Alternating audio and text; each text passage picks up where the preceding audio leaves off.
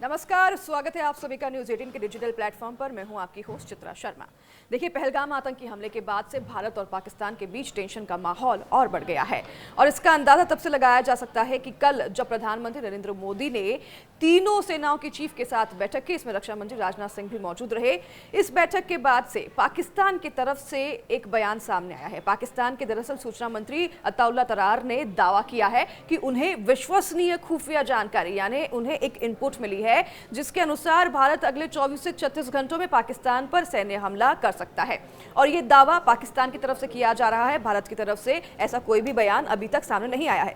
इस बयान के साथ ही पाकिस्तान की ओर से नई दिल्ली को चेतावनी भी दे दी गई है कि अगर भारत ने कोई ऐसा कदम उठाया तो उसके गंभीर परिणाम होंगे। दरअसल जब देश के प्रधानमंत्री नरेंद्र मोदी ने तीनों सेनाओं के प्रमुखों के साथ मीटिंग की तो उधर इसका सीधा असर पाकिस्तान में देखने को मिला और पाकिस्तान के सूचना मंत्री अताउल्लाह तरार ने बुधवार को एक्स पर पोस्ट किया और पोस्ट करते हुए ये बयान जारी कर दिया है कि उन्हें कुछ इनपुट्स मिले हैं और उनके इन विश्वसनीय खुफिया जानकारी के मुताबिक भारत अगले 24 से 36 घंटे में पाकिस्तान पर सैन्य कार्रवाई कर सकता है यानी हमला कर सकता है। तो वहीं पाकिस्तान सूचना मंत्री तरार ने भारत पर आरोप लगाया है कि उन्होंने ये कहा है कि भारत ने किसी निष्पक्ष जांच की बजाय ही सीधे सैन्य रास्ता अपनाने की तैयारी कर ली है। यानी उनका कहने का मतलब है कि भारत पाकिस्तान पर बेमतलब के आरोप लगा रहा है। आतंकवाद का पाकिस्तान से कोई लेना देना नहीं है। उन्होंने साफ तौर पर यह भी दावा किया है। Pakistan has credible intelligence that India intends carrying out military action against Pakistan in the next 24 to 36 hours. उन्होंने साथ ही कह दिया है कि भारत जो अब हमला करने जा रहा है जो क्षेत्रीय शांति के लिए घातक साबित हो सकता है। तरार के मुताबिक पाकिस्तान सरकार ने मामले में निष्पक्ष, स्वतंत्र और अंतर्राष्ट्रीय विशेषज्ञों की मदद से जांच की पेशकश भी की है। हालांकि भारत ने इसे न मानते हुए पूरी तरीके से टकराव की सह चुनी है। तो वहीं पाकिस्तान के रक्षा मंत्री ख्वाजा मोहम्मद आसिफ ने भी कहा है कि पाकिस्तान हाई अलर्ट पर है और अगर भारत हमला करता है तो पाकिस्तान भी उसका करारा जवाब देगा। उन्होंने साथ ही ये भी साफ तौर पर कह दिया है कि अगर पाकिस्तान के अस्तित्व पर किसी तरह का खतरा मंडराता है तो पाकिस्तान परमाणु हथियारों का इस्तेमाल कर सकता है। इससे क्या हम यह समझे कि पाकिस्तान सीधे तौर पर भारत को परमाणु बम की धमकी दे रहा है?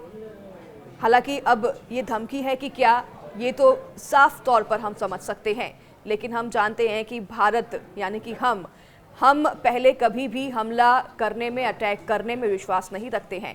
लेकिन पाकिस्तान की तरफ से ये जो दावे किए जा रहे हैं, जिस तरीके से ये बयान सामने आ रहे हैं, पाकिस्तान पूरी तरीके से सहमा हुआ, डरा हुआ है, ये तो हम मान सकते हैं। हालांकि प्रधानमंत्री नरेंद्र मोदी ने करार दिया है कि पहलगाम हमले के दोषियों और उनके सरपरस्तों को धरती के आखिरी कोने तक ढूंढा जाएगा और सजा दी जाएगी।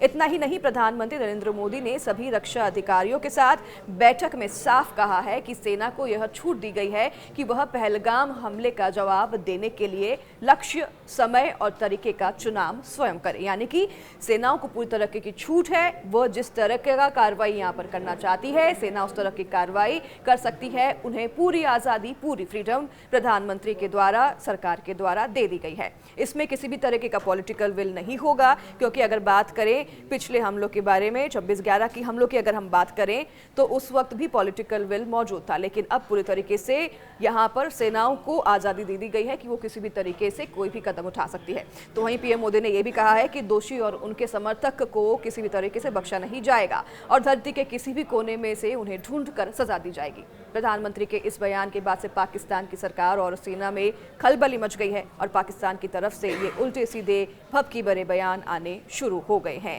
आपकी इस पर क्या राय है, हमें कमेंट कर जरूर बताइएगा।